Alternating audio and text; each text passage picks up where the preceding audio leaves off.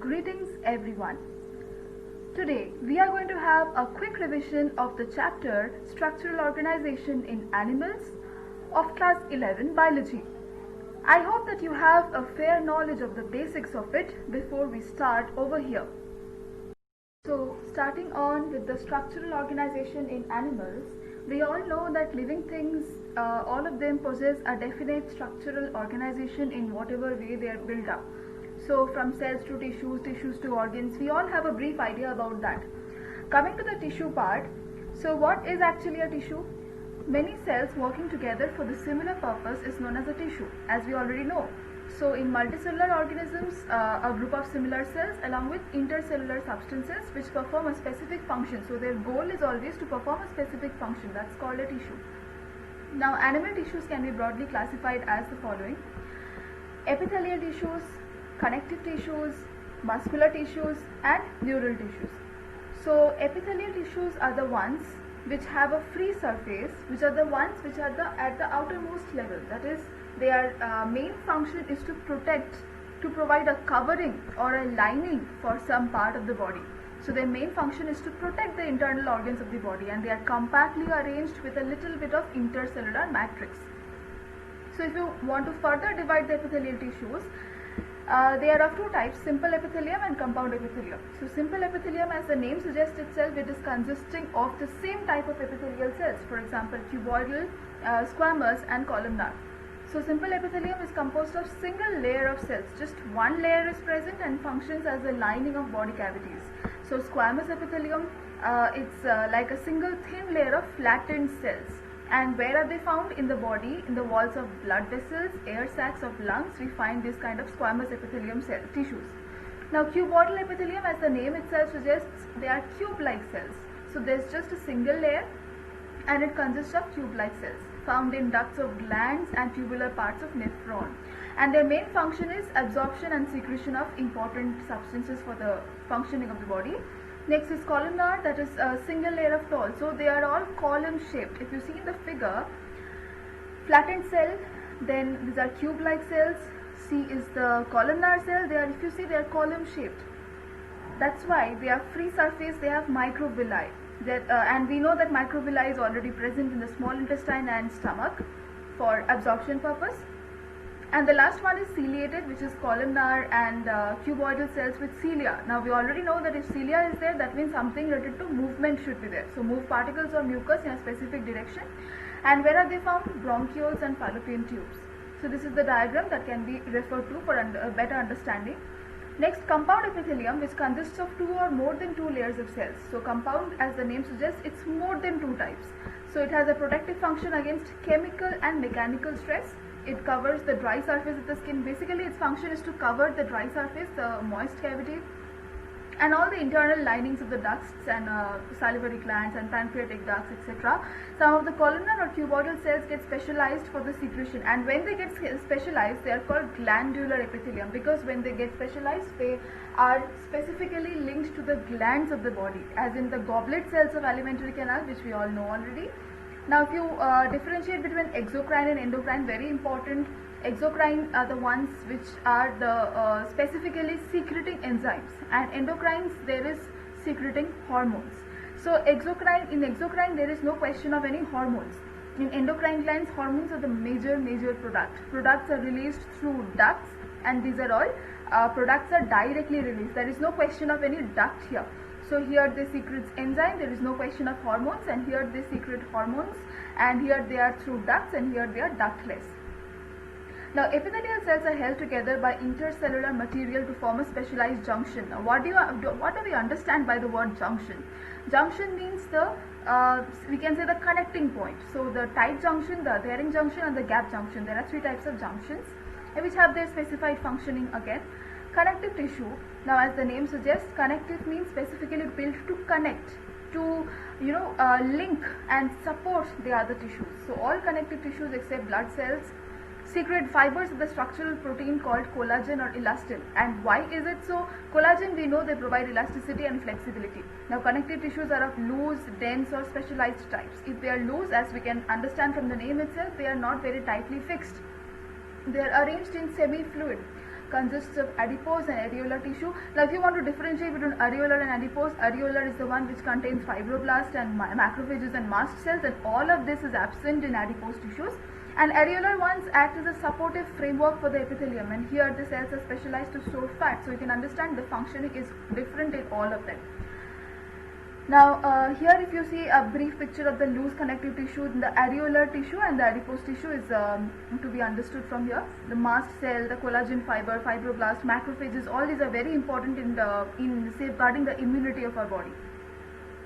Now dense connective tissue contains fibers and fibroblasts which are compactly packed. So as the name dense suggests, they are all very tightly packed. There is no question of any loose thing here, and the orientation can be regular or irregular. This is a pattern based. In this, collagen fibers are present in rows, and that is between the parallel bundles. So dense irregular connective tissues, they have fibroblasts. If you have to, like, it's a very important differentiation, tendon and ligament. It is very useful. Tendon is something which connects bone to skeletal muscles. Your bones are connected to the skeletal muscles through tendons, and ligaments are the ones which connect one bone to the other. So it is tendons are made up of white fibrous tough tissue, and this is made up of yellow elastic tissue. So to understand from here that this is where on the left hand side it's connection of bone to skeletal muscles, and on the right hand side it's bone to bone. Very importantly, specialized connective tissues, cartilage and bone.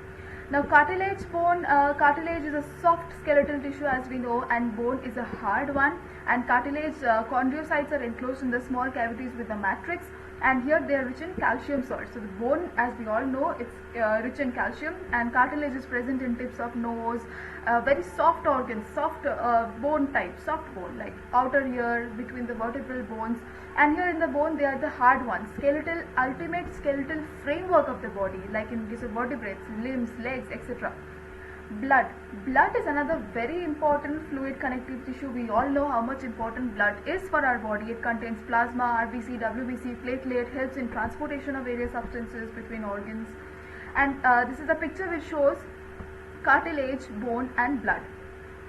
Next, coming to the muscle tissue. Each muscle is made up of long cylindrical fibers which are arranged one after the other parallelly.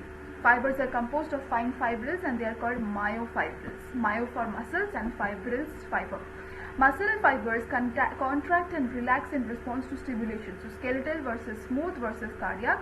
For skeletal, as we already know that it helps in the skeletal functioning of the body, the skeletal structure of the body. Smooth are the ones which are unstriated, and cardiac are the ones which are ultimately linked to the heart. So skeletal, they are known as striated or voluntary. Smooth are the unstriated or the involuntary. Cardiac are the ones which are heart muscles and involuntary, of course, in nature. Multinucleated with light and dark bands. Yes, light and dark, both types you will find they are uninucleate without any sort of bands. Cardiac are the ones which are uninucleate again with faint light and dark bands. Now skeletal is attached with bones. Smooth are present in vessels and esophagus, and cardiac are the ones which are in the heart walls again. Now these skeletal are the fibrous and unbranched, cylindrical in shape, as you can see the figure here, cylindrical, and here they are fibrous, branched and spindle shaped, and here they are all branched and cylindrical in shape. Now neural tissue, unit is neuron. Neuroglial cell protects and supports the neuron. Very important. When neuron gets stimulated, electrical impulses are generated that travel along the plasma membrane axon. So this is the whole central nervous system is something getting balanced by neuron itself. The tissue is organized to form organs, which in turn associate to form the organ system that we all know, organ to organ system. Now there are three basic organisms which we will study in detail. First of all, we have earthworm. So earthworm, we all know they are called farmer's friends. We should know then how and why it is called so, and what is the importance of earthworm. So we all have seen earthworms. It is a reddish brown invertebrate that lives in the upper layer of the moist soil, and it has a long cylindrical body that is divided into metameres. The first segment is called peristomium, and that contains the mouth part. 14 to 16 segments are covered by the dark part, which is called clitellum. There is a single genital pore which is present on the mid-ventral line, and all the segments except first, last and the clitellum have a setae. Setae is specifically used for the locomotion, for the movement purpose. Alimentary canal is straight tube containing the buccal cavity, the muscular pharynx, esophagus that leads to the gizzards that grind the soil particles and decaying leaves. Now between the 26th and 35 segments, there is the intestine possesses the typhlosole, which increases the effective area of absorption. Something like our intestinal villi, they have this particular structure which does the same work in their body. Closed vascular system, so it consists of heart, blood vessels of course, and capillaries, and blood glands are present on 4th, 5th and 6th segments. They lack the respiratory organs. We all know these are something which lack respiratory organs, and they respire through moist skin. Nephridia is another very important thing, which because it constitutes the excretory part, excretory organs. There are 3 types of nephridia: septal, integumentary or pharyngeal types. And ganglia represents the nervous cord, which is arranged on the ventral paired nerve cord. And hermaphrodite, so it's a hermaphrodite in nature, 2 pairs of testes on the 10th and 11th one, prostrate and spermatic duct on the 18th segment. 1 pair of ovaries, so ovaries is attached to the intersegmental septum that is present between the 12th and the 13th segments. Now female genital pore, since it's hermaphrodite, it has to have both male and female parts, so female genital pore open on the ventral side of the 14th segment, and mutual exchange of sperms takes place during mating. Now, as I already told, they are called friends of farmer because they make burrows in the soil to make it porous for respiration and root penetration, and it becomes easier for the farmers in turn. So I explained the whole structure, as you can see here, clitellum and the mouth part, and how it actually looks like: the typhlosole, the mouth, the pharynx, esophagus, stomach, then intestine. So this is the structure of earthworm. Next, moving on to cockroach, the second organism, Periplaneta americana. They are nocturnal of course in nature. They are omnivorous and they live in damp places. So nocturnal, omnivorous, and they live in damp places everywhere. The body is divided into head, thorax and abdomen. You can specifically you can divide it into 3 parts: head, thorax and abdomen, and the body is covered by a hard chitinous exoskeleton. So chitin is the main structural component which is present. Head is formed by the fusion of 6 segments to show the flexibility, that is triangle in shape, and head bears compound eyes. Cockroaches are very famous for their compound eyes, and antenna on the head is something which monitors the environment, so it keeps an eye on everything that goes around in the environment. Thorax contains prothorax, mesothorax and metathorax. Forewings and hindwings are connected to the thorax. Each thoracic segment bears a pair of walking legs. So how do you think the cockroaches actually walk? They contain this walking legs. So the first pair of wings arises from mesothorax and the second pair from the metathorax. The abdomen in both males and females consists of 10 segments. Now male and female cockroaches, specific differences if you want. Male, the abdomen is long and narrow, and female it is short and broad. Brood pouch is absent. Here it's present. Of course it's a female, so this has to be present. Male have longer antenna, female have shorter ones, and anal styles are present. Here they are absent. Now alimentary canal is divided into foregut, midgut and hindgut. So specifically if you have to divide the alimentary canal, there are 3 divisions. Food is stored in the crop. Gizzard helps in grinding the food particles. Junction of the midgut and the hindgut has yellow colored filamentous Malpighian tubules. Another very important structure in case of cockroaches is Malpighian tubules. Very important because it helps in excretion. Open blood vascular system that has poorly developed blood vessels. The hemolymph contains the colorless plasma and the hemocytes. Respiratory system consists of trachea and that can open through 10 pairs of spiracles on the lateral side. The nervous system consists of a series of fused, segmentally arranged ganglia. 3 ganglia lie in the thorax and 6 in the abdomen. So as I said already, they are famous for compound eyes. So compound eye of cockroaches consists of about, this is so interesting, it consists of about 2000 hexagonal ommatidia, and this helps them to have a mosaic vision with more sensitivity, but yeah, the resolution is a little less, but sensitivity is too high. And next they are dioecious, that means male reproductive system consists of a pair of testes in the 4th to 6th segment, and the female one consists of 2 large ovaries in the 2nd to 6th segments. Fertilized eggs are cased in the ootheca. 9 to 10 ootheca are produced by each female, and they are pests. So as you can see, salivary gland, then the pharynx, esophagus, the crop, gizzard and Malpighian tubules, as I said, helping in excretion, very important. Ileum, colon, and this is the vestibulum, ovary, oviduct. All the reproductive parts have been shown here, testis and the seminal vesicle, vas deferens. So these things are like almost same as that of a human being. Now frog.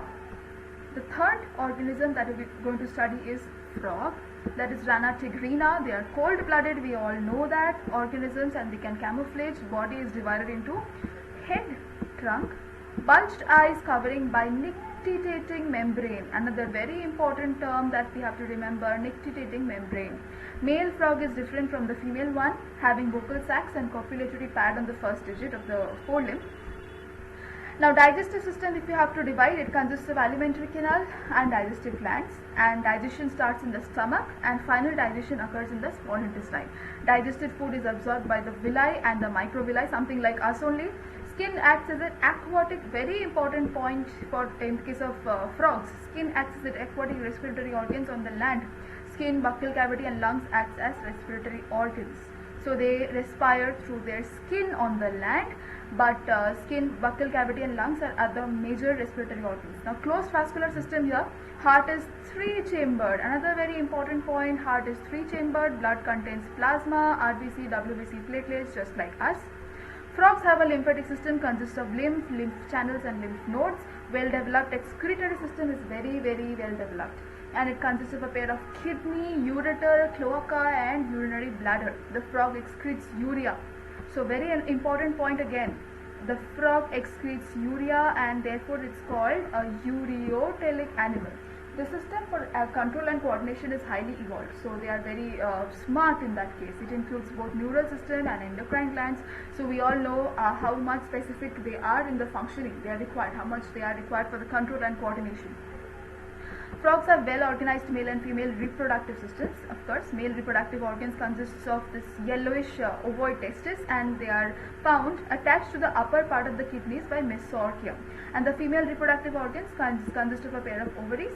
Fertilization is very important again. Fertilization is external and that takes place in water, and development involves a larval stage that's called tadpole. We already know that is, if you find a tadpole, that means you have to understand that it's still in the developmental stage. Tadpole undergoes metamorphosis, very important term to be used while writing answers, metamorphosis to form the adult. And as I explained, the heart, the gallbladder, lung, how they look like, then like specifically the liver, esophagus and the trunk, the head, broadly if you have to classify, the head, the eye and forelimbs and hind limbs. Now let me also take a moment to introduce you to MissionAid. It is an online tutoring and mentoring service which connects you to Tier 1 college students of IIT, NITs, AIMS, etc., from which you can ask any kind of doubts which you may have with regards to your competitive or board examinations. Their fees start from a menial 1000 rupees per subject per month, where you get the said services along with AI-based feedback as well. You can reach out to them at contact@missionaid.in for any queries. That marks the end of our session. Hope that was good. Make sure that you like the video and subscribe to our channel for further updates. Thank you.